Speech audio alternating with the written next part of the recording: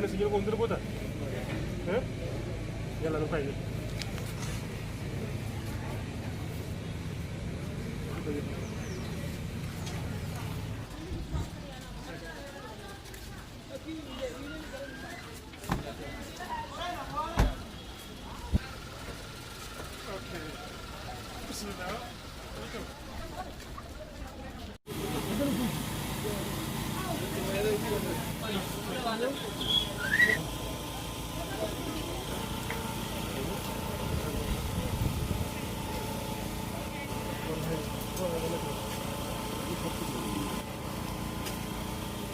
Kanamo? Kamsui.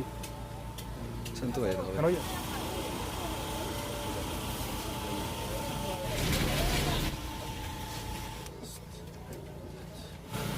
Betul. Halo. Halo.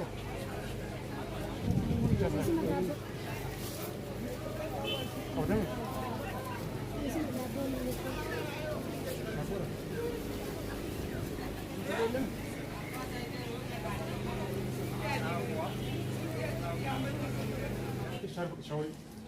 Sabun, no?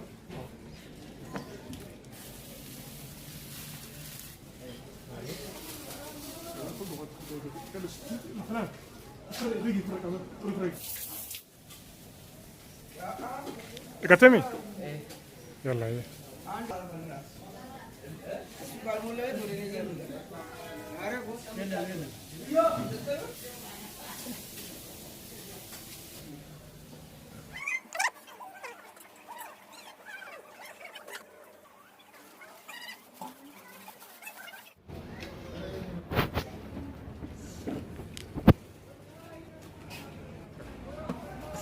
Começa dele?